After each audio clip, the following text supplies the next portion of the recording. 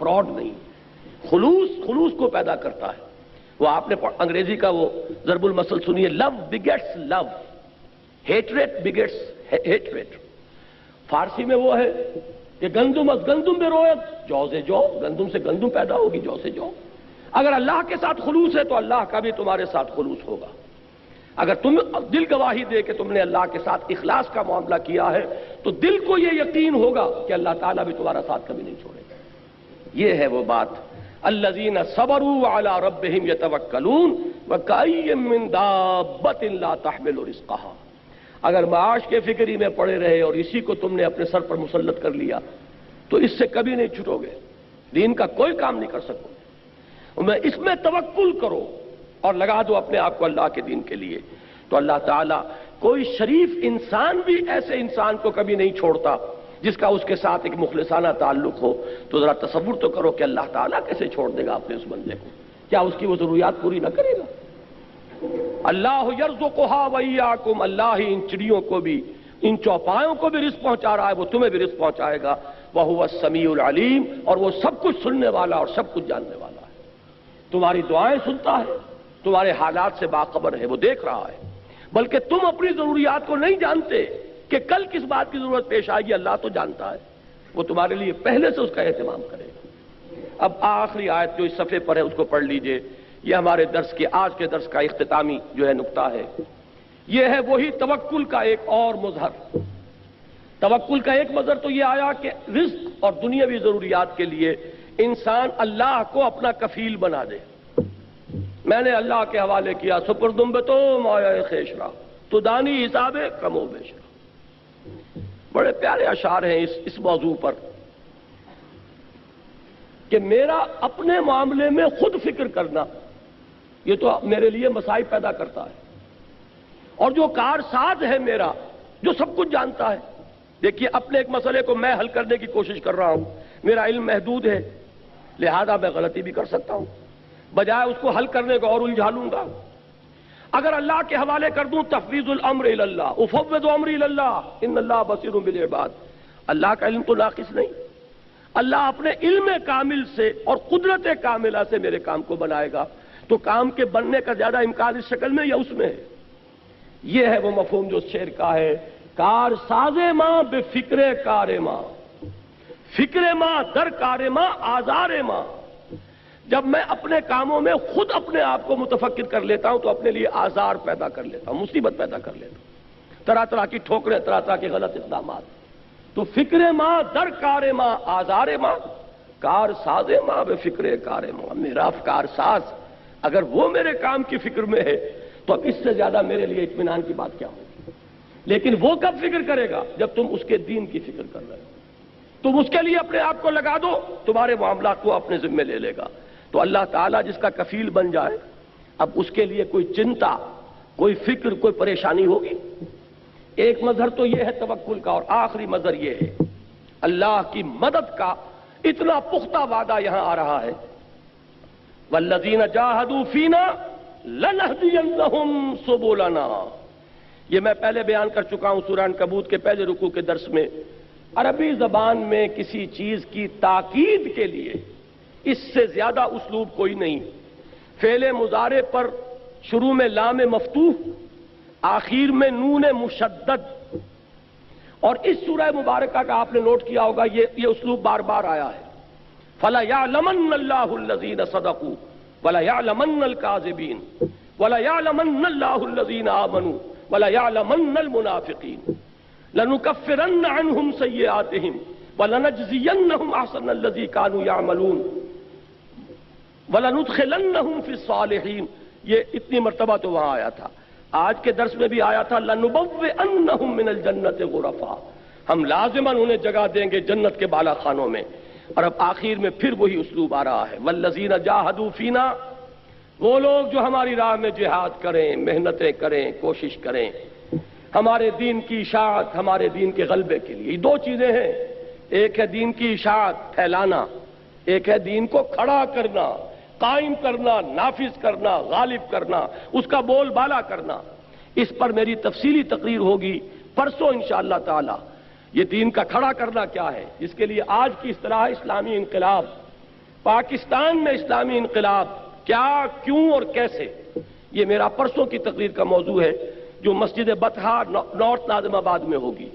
کل کا یہیں پر جو پروگرام ہے اسی وقت، وہ وقت کا مجھے بتا دیا جائے، اس کا کوئی تعین انہوں نے اور کیا ہو تو۔ جی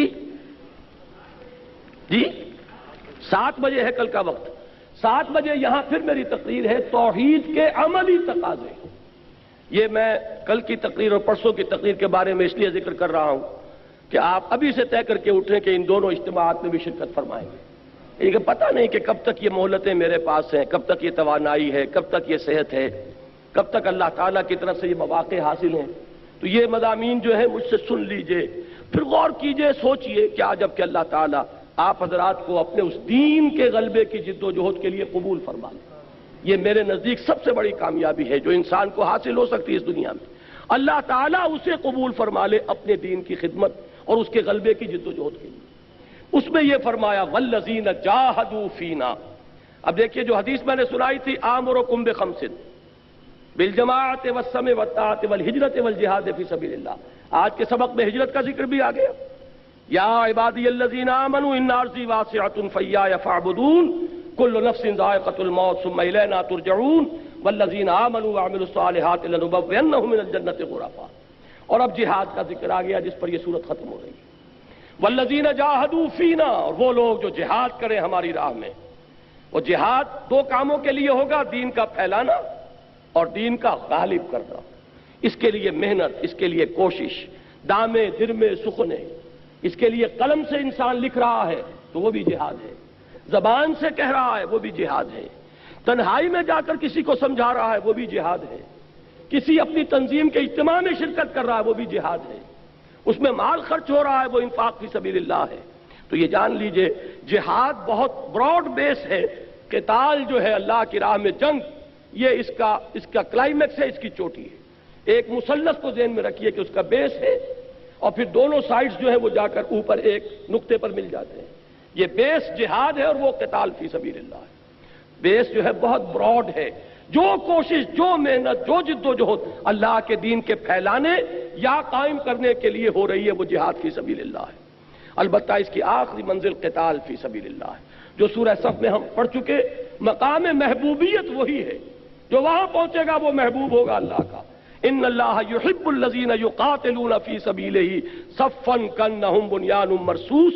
یا اللہ تعالیٰ کو تو محبت اپنے ان بندوں سے ہے جو اس کی راہ میں جنگ کرتے ہیں صفے باندھ کر گویا کسی سا پلائی ہوئی دیوار ہے۔ وہ لفظ جہاد ہے جس پر صورت ختم ہو رہی ہے۔ والذین جاہدوا فینا لنہدینہم سبلنا، انتہائی تاکید کے ساتھ وعدہ، ہم لازماً ان کی رہنمائی کریں گے اپنے راستوں کی طرف۔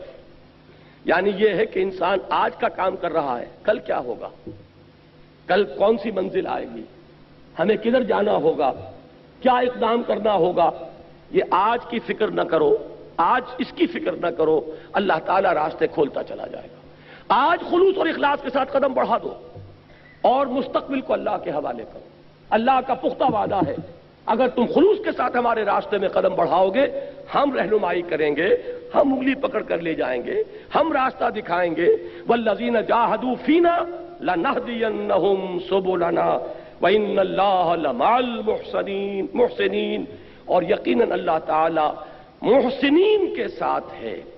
وہ لوگ کہ جو اس کے ساتھ اپنے تعلق میں احسان کی روش اختیار کرتے ہیں۔ احسان کیا ہے؟ ان تعبد اللہ کانک تراہ فإن لم تکن تراہ فإنہ یراک۔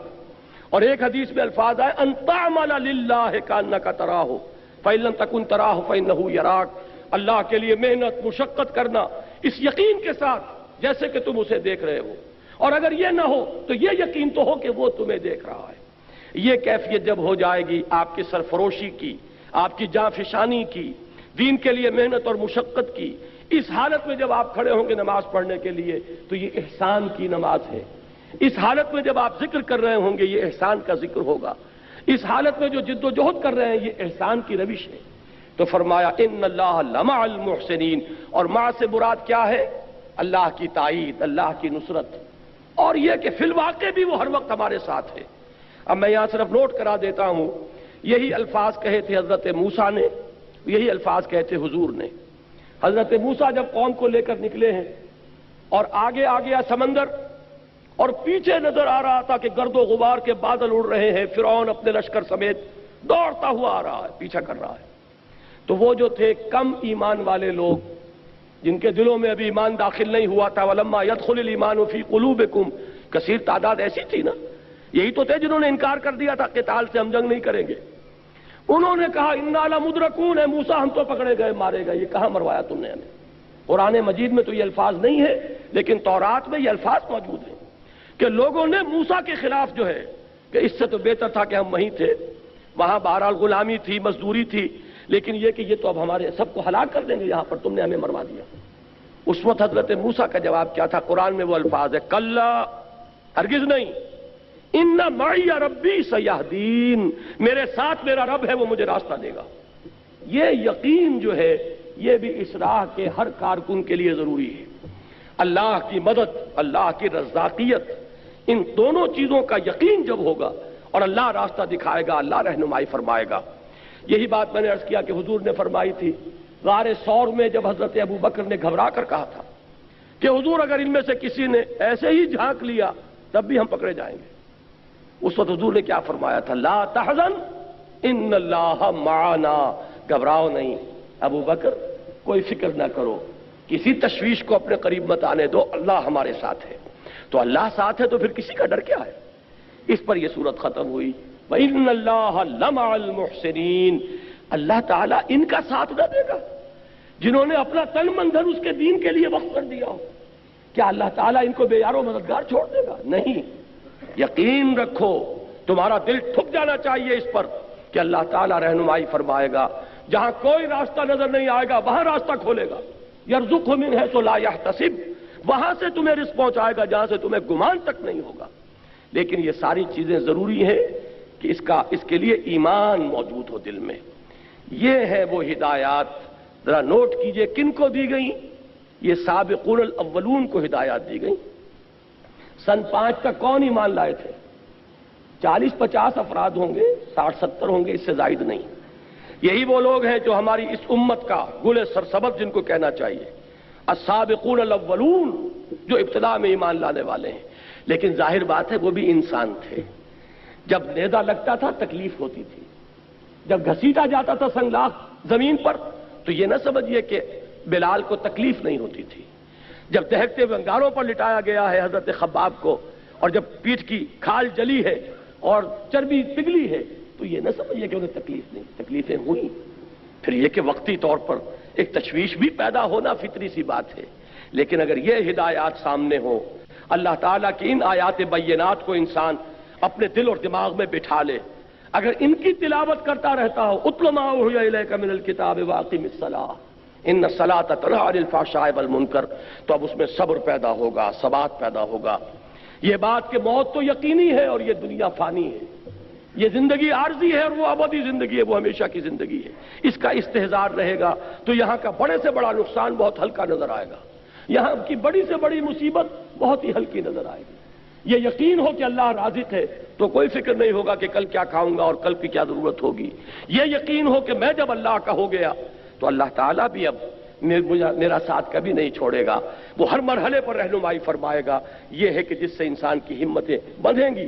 اگر عارضی طور پر کہیں کسی وقت کوئی طبیعت کے اندر کوئی تشویش پیدا ہوئی بھی تو یہ وہ ہدایات ہیں کہ جن کو انسان تازہ کرے گا تشویش رفع ہو جائے گی، ایمان تازہ ہو جائے گا اور انسان پھر اسی راہ حق پر، اسی عظیمت کے انداز میں، اسی طریقے سے اپنے دل و دماغ کی ایک یکساں اور یکجا قوت کے ساتھ آگے بڑھتا چلا جائے گا۔ دعا کرتا ہوں کہ اللہ تعالیٰ مجھے اور آپ کو اس کی توفیق عطا فرمائے، ہمیں دین کے اس اسٹیٹک تصور، اس جامد تصور سے نکال کر دین کا یہ حرکی تصور، ڈائنمک کانسیپٹ جو ہے، دین کا انقلابی تصور، غلبہ دین کی جد و جہد اور آرزو، اور اسے اپنی زندگی کا مقصد بنانے کی ہمیں توفیق عطا فرمائے اور ہمیں اس راہ پر چلائے۔ اب چند ذرا اکتوبر کو ہوگا، اکتوبر کا آخری سوموار۔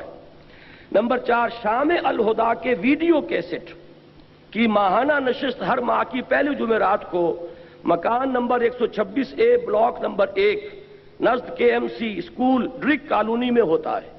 جو لوگ اتنے فاصلے سے یہاں نہیں آ سکتے ان کے لیے یہ اہتمام کیا ہمارے ساتھیوں نے، یہ ویڈیو کیسٹ جو بن رہے ہیں یہ وہاں دکھائے جائیں، تو جو حضرات وہاں آس پاس رہتے ہیں اپنے دوستوں کو اطلاع دے سکتے ہیں، اور جو حضرات اس کا پتہ نوٹ کروانا چاہیں وہ باہر سے خاص طور پر اس کو نوٹ کر لیں اپنے پاس۔ جو حضرات مجھ سے کوئی علیحدگی میں ملاقات کرنا چاہتے ہیں ان کے لیے میں نے وقت فکس کیا ہے، پرسوں بدھ کے روز تنظیم اسلامی کے دفتر میں صبح 10 بجے سے 1 بجے تک میں وہاں موجود رہوں گا۔ جو حضرات بھی ملاقات کے خواہش مندوں کہتے رہتے ہیں، پوچھتے رہتے ہیں، تو وہاں تشریف لے آئیں۔ اور تنظیم اسلامی کے رفقا کراچی کے تمام جتنے بھی یہاں کی 3 تنظیمیں ہیں ان کے تمام رفقا نوٹ کر لیں کہ ان کا ایک مشترک اجتماع جو ہے اسی روز پرسوں بدھ کو عصر سے مغرب تک ہوگا وہیں تنظیم کے دفتر میں۔ بس یہ اعلانات تھے، اب دعا مانگ لیجیے۔ الحمدللہ الذی ہدانا لہذا وما کنا لنہتدی لولا ان ہدانا اللہ ربنا لا تزغ قلوبنا بعد إذ هديتنا وهب لنا من لدنك رحمة إنك أنت الوهاب اللهم أفرغ علينا صبرا اللهم أفرغ علينا صبرا اللهم اجعلنا من الصابرين اللهم وفقنا لما تحب وترضى اللهم وفقنا أن نقيم دينك اللهم وفقنا أن نجاهد في سبيلك بأموالنا وأنفسنا اللهم ارزقنا شهادة في سبيلك وصلی اللہ تعالی علی خیر خلقہ محمد وآلہ واصحابہ اجمعین برحمتک یا ارحم الراحمین۔ اب حسب معمول عشاء کی جماعت ہوگی، عشاء کی نماز با جماعت ہم ادا کریں گے۔